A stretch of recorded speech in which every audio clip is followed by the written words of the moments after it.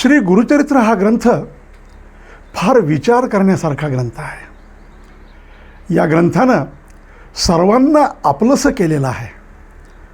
सांप्रत काळची जातीव्यवस्था असो की प्राचीन काळातली वर्णव्यवस्था असो, यातल्या कुणाचीही अवहेलना होणार नाही, अवमान होणार नाही, अशा पद्धतीनं नरसिंह सरस्वतींनी आपल्या जीवनामध्ये सर्वांना आपलंसं केलेलं आहे. आता हा जो कथाप्रसंग येऊन गेला, एक पतित होता, तो म्हणला मी मातंग समाजाचा आहे. 7 रेषा ओढल्या, एक एक रेष ओलांडली की तो पुढं पुढं जात गेला. जसं जसं पुढे पुढे जात गेला तशी तशी त्याची जातही बदलत गेली, वर्णही बदलत गेला. आणि 7वी रेषा ओलांडली तेव्हा तो म्हणला मी विद्वान विप्र आहे, वेदाचा अभ्यासक आहे. तर या स्थितीला तो पोचल्यानंतर मग त्या विद्वान अहंकारी ब्राह्मणांना शिक्षा केल्यानंतर, त्यांना पाठवून दिल्यानंतर, त्या विप्रानं म्हणजे 7वी रेषा ओलांडल्यानंतर जो विद्वान विप्र झाला त्यानं स्वामींना विचारलं की स्वामी, मी जर एवढा विद्वान होतो, मी जर एवढा विप्र होतो, मी जर एवढा वेदाचा अभ्यासक होतो, तर माझी मग अधोगती का झाली? मी असा खाली खाली का गेलो आणि असं कशानं होतं? तर हा प्रश्न जरीही दर्शनी स्वरूपामध्ये जातीच्या अनुषंगानं वाटत असला तरी परंतु त्याचं मर्म जर समजून घेतलं तर चांगली चांगली माणसं अधोगतीला का जातात, कशी जातात, याचं मर्म 28व्या अध्यायामध्ये स्वामींनी सांगितलेलं आहे. तिथं कोण्या जातीचा, कोण्या पंथाचा, कोण्या धर्माचा, कोण्या वर्णाचा असा विचार न करता प्रत्येक वर्णामध्ये, प्रत्येक जातीमध्ये अत्यंत चांगली माणसं जशी असतात तशी आपल्याला फारच समाजासाठी विघातक माणसंसुद्धा आपल्या पाहण्यात येतात. तर त्या विप्राचा प्रश्न असा आहे की चांगली माणसं अधोगतीला कशी जातात, का जातात? तर स्वामींनी उत्तरामध्ये जे सांगितलं आहे त्यातलं मर्म समजून घ्यावं. ते असं आहे की बाबा, आपल्या कर्मानं आपली उन्नती होते आणि आपल्या कर्मानंच आपली अधोगती होते. आपण जर चांगली कामं करू तर आपण उत्तम होऊ, मग आपली जात कोणतीही असो, आपला वर्ण कोणताही असो. मात्र आपण जर वाईट कामं करू, आपलं जर वर्तन दुष्ट असेल तर तो उच्च वर्णात जरी जन्माला आला असला तरीही तो अधोगतीला जाणार, अशी मांडणी स्वामींनी ठेवली आहे.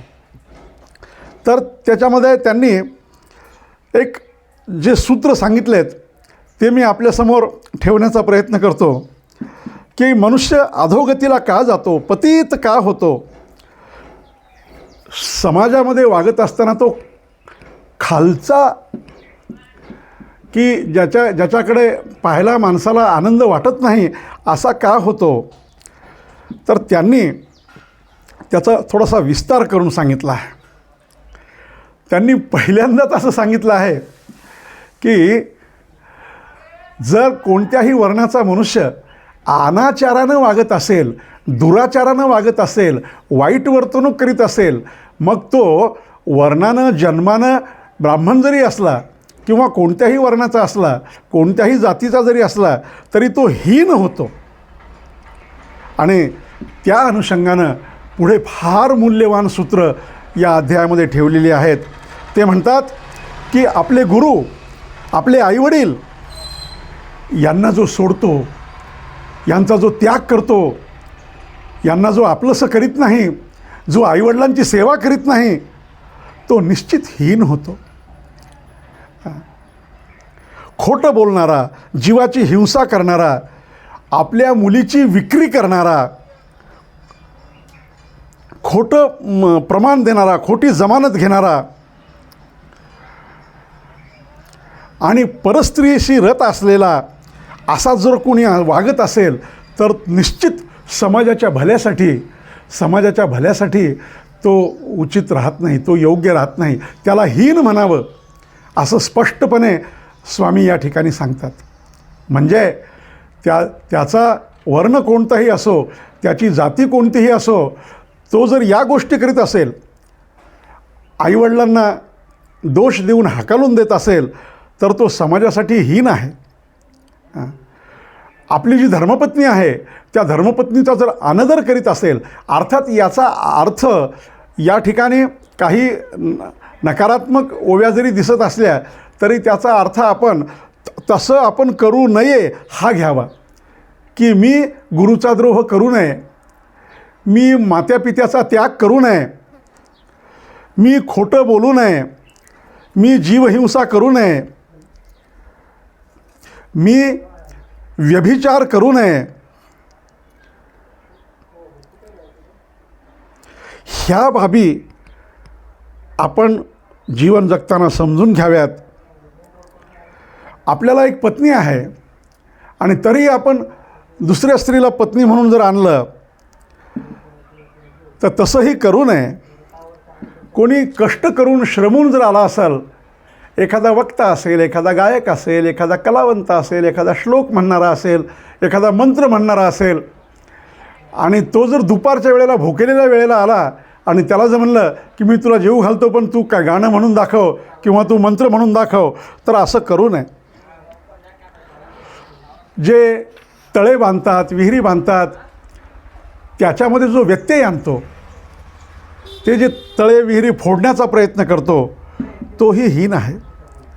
व्यभिचाराबद्दल फार मोठ्या कठोर शब्दामध्ये निंदा आणि निषेध गुरुचरित्रामध्ये केलेला आहे की करू नये. कोणाला दुष्ट वचन बोलू नये, तीर्थाची, गंगेची निंदा करू नये. आपल्या आईवडिलांचं जर त्यांचं निधन झालं असेल तर त्यांचं श्राद्ध करावं. उन्हाळ्यामध्ये कोणी जर पानपोळी घातली असेल तर ती पानपोळी मोडून काढू नये, ती पानपोळीला अडथळा आणू नये. देवादेवामध्ये जर निंदा करीत असेल तर तेही करू नये. महादेव आणि विष्णू याच्यामध्ये जर निंदा करीत असेल तर तेही करू नये. माता पिता गुरुचा द्वेष करू नये. असे अनेक उदाहरणं त्यांनी दिले. आणि त्याचबरोबर पुढे एक मानसशास्त्राचा विचार करता, जर तुम्ही वाईट वागाल तर तुम्ही कशा पशुपक्षीच्या योनीला जाल. अर्थात हे असं होईल का, असं होत असतं का, याच्याबद्दल काही बोलण्याचा आपला अधिकार नाही, ज्ञान नाही, परंतु त्याचा उपयोग होतो हे आमच्या दृष्टीनं महत्त्वाचं आहे. की एखाद्याला चांगलं वागण्यासाठी वाईट वागलं तर तुझं असं वाईट होईल अशी जर भीती दाखवली तर त्या भीतीमुळं तो वाईट वागण्यापासून परावृत्त होईल आणि चांगलं वागण्याला प्रवृत्त होईल. आता पहा की कोणी जर हत्या केली, कोणी जर अपेय पान केलं, कोणी जर सोन्याची चोरी केली, आपल्याला ज्यांनी ज्ञान दिलं आहे, शिकवलं आहे, असे आपले जे गुरुसारखे आहेत, त्यांच्याच घरी जर आपण व्यभिचारासारख्या कुकर्माकडे जर प्रवृत्त झालो, जर घोड्याचा वध केला, गाईचा वध केला, तर तुम्हाला अशा जे पशु आहेत की ज्यांचे अतोनात हाल होतात, अशा जन्माला तुम्हाला जावं लागेल, अशी एक प्रकारची भीती या अध्यायामध्ये बरेच ठिकाणी त्यांनी नमूद केलेली आहे. व्यभिचाराच्या संदर्भातही मोठ्या कठोरपणे निषेध केलेला आहे. आपल्या मित्राची पत्नी असेल, आपल्या बंधूची पत्नी असेल, आपल्या गुरुची पत्नी असेल, आपल्या आजोळची स्त्री असेल, तर हे परस्त्रीप्रती सगळ्याच धर्मशास्त्रामध्ये, सगळ्याच साधुसंतांच्या वचनामध्ये परस्त्री माते समान मानावी आणि आपली धर्मपत्नी हीच आपल्या गृहस्थाश्रमाचा आनंद देण्यासाठीची व्यवस्था आहे, याच्यावर दृढ श्रद्धा असावी, अशा प्रकारचे त्यांनी दोष सांगितले. आता पुढे प्रश्न असा विचारला की जाणते अजाणतेपणानं थोडंसं एखाद्या वेळेस चुकून म्हणा किंवा मोहानं म्हणा जर एखाद्याकडून आपल्याकडून जर थोडासा घडला प्रसंग हां तर काय करावं, तर त्याचे त्यांनी प्रायश्चित्तही सांगितले आहेत. काही उपवासाचे प्रायश्चित्त सांगितले आहेत. किती दिवस उपवास पाळावा असे काही प्रायश्चित्त सांगितले आहेत. काही जपाचे प्रायश्चित्त सांगितले आहेत. काही अभिषेकाचे प्रायश्चित्त सांगितले आहेत. याचा अर्थ असा नाही की प्रायश्चित्त घ्या आणि पुन्हा पाप करा, असा अर्थ त्याचा घ्यायचा नको. कारण धर्मग्रंथ हे समाजाची धारणा उत्तम करण्यासाठी आहेत. समाजानं त्याच्याबरोबर युक्तिवाद करून आपलं दुराचारी वर्तन कसं श्रेष्ठ आहे हे पटवून देण्याचं काही कारण नाही. का पटवून द्यायची आवश्यकता आहे? सांगितलं आहे ना की तुमच्याकडून जर चुकून एखादी गोष्ट घडली तर तुम्ही जर असा एक जप जर केला, असा जर उपवास केला, असा जर दानधर्म केला तर तुमच्या मनाची टोचणी कमी होईल. हा एक मानसशास्त्रीय धर्मग्रंथांचा प्रयोग आहे. या प्रयोगानं अनेक जण चांगल्या वागण्याला अनुकूल होतात आणि वाईट वागण्यापासून परावृत्त होतात. तर ही चांगली गोष्ट आहे ना. फक्त याच्याकडे थोडं सकारात्मक दृष्टीनं जर पाहिलं तर आपल्या हे लक्षात येईल की या धर्मग्रंथांनी जी आपल्याला थोडीशी जी भीती दाखवली आहे किंवा हे पाप आहे, पाप केलं म्हणजे तू नरकात जाशील. आता पाप केलं म्हणजे नरकात जाताल हे कशावरून, याच्याबद्दल वितंडवाद केला, वादविवाद जर केला तर त्या वादविवादाला काही अंत नाही. परंतु अशा एका भीतीमुळं जर मनुष्य चांगलं वागत असेल तर त्याचं चांगलं वागणं समाजाला हवं आहे की नाही?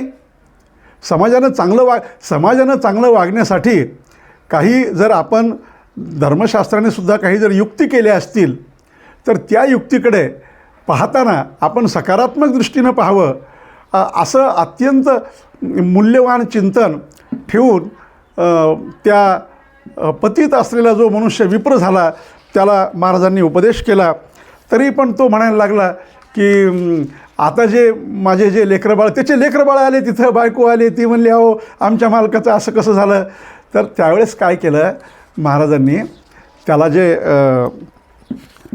भस्म लावलं होतं तर ते एकाला बोलावलं आणि त्याच्या डोक्यावरून त्याला आंघोळ घातली आणि त्याचं ते भस्म निघून गेलं की मग त्याला आपण आणि आपले लेकरबाळं आत्ताचे लेकरबाळं वगैरे सगळे दिसले आणि तो त्यांच्या मग प्रेमानं त्यांच्याबरोबर घरी गेला. हा आहे कथेचा भाग. परंतु हेही आपण समजून घ्यावं की आपण संतांच्या सत्पुरुषाच्या सहवासात आल्यानंतर आपल्यामध्ये जर जे बदल झाले तर आपल्यामधल्या चांगल्या बदलानं आपल्या सभोवतालचे, आपल्या घरातले जे आहेत त्यांनाही आपण चांगलं करावं का आपण त्यांच्यापासून दूर जावं, त्यांनाही आपण चांगलं करावं.